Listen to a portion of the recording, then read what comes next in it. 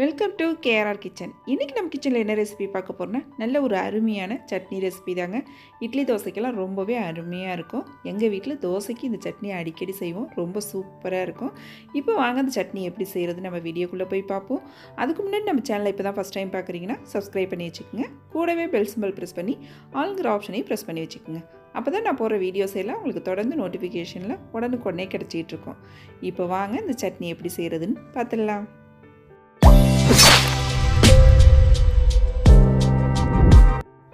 இப்போ இந்த சட்னி செய்கிறதுக்கு அடுப்பில் ஒரு கடாயை வச்சு ஒரு 2 டீஸ்பூன் அளவுக்கு எண்ணெய் விட்டுக்குங்க. அதில் 2 டேபிள் ஸ்பூன் அளவுக்கு கடலைப்பருப்பு, 1 டேபிள் ஸ்பூன் உளுந்து நல்லா செவர வறுத்து எடுத்துக்குவோம்.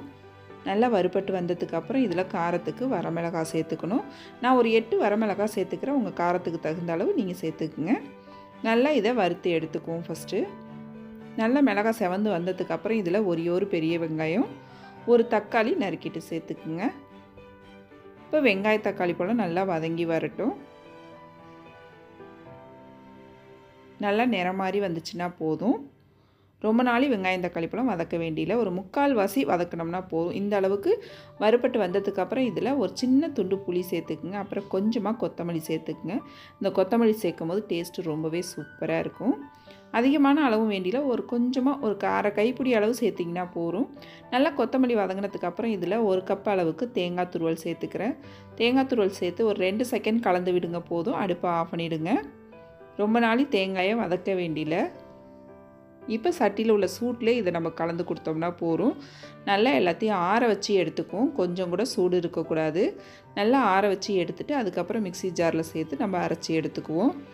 இப்போ ஆறுனதுக்கப்புறம் மிக்ஸி ஜாரில் சேர்த்துட்டேன். இதில் கொஞ்சமாக தேவையான அளவு உப்பு சேர்த்துக்குங்க. உப்பு சேர்த்து கொஞ்சமாக தண்ணி ஊற்றி அரைச்சி எடுத்துக்குவோம். இப்போ சட்னி அரைச்சிட்டு வந்துட்டேன். இது ஒரு பாத்திரத்துக்கு மாற்றிக்கிறேன். இந்த சட்னி கொஞ்சம் திக்காக இருந்ததுன்னா நல்லாயிருக்கும். இல்லை உங்களுக்கு தண்ணியாக சாப்பிட பிடிக்கும் அப்படின்னா நீங்கள் தண்ணியாக கூட வச்சுக்கலாம். இப்போ சட்னி தாளிச்சிடும். சட்னி தாளிக்கிறதுக்கு ஒரு கடாய் வச்சுருக்கேன். அதில் 1 டீஸ்பூன் அளவுக்கு எண்ணெய் விட்டுக்குங்க. எண்ணெய் நல்லா காஞ்சதுக்கப்புறம் இதில் 1 டீஸ்பூன் அளவு கடுகு உளுந்து சேர்த்துக்குவோம். இப்போ கடுகு உளுந்து நல்லா பொரிஞ்சதுக்கப்புறம் இதில் ஒரு வரமிளகாயை உடச்சிட்டு சேர்த்துக்கிறேன். ஒரு கொத்து கருவேப்பிலை, கொஞ்சமாக பெருங்காயத்தூள்.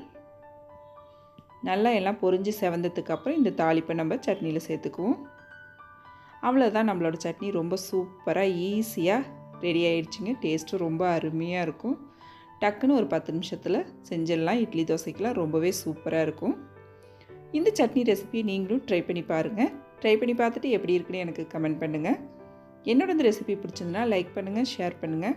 மறக்காமல் நம்ம கேஆர்ஆர் கிச்சனை சப்ஸ்கிரைப் பண்ணி வச்சுக்கோங்க. நாளைக்கு வேறொரு ரெசிபியோடு சந்திப்போம். Thanks for watching.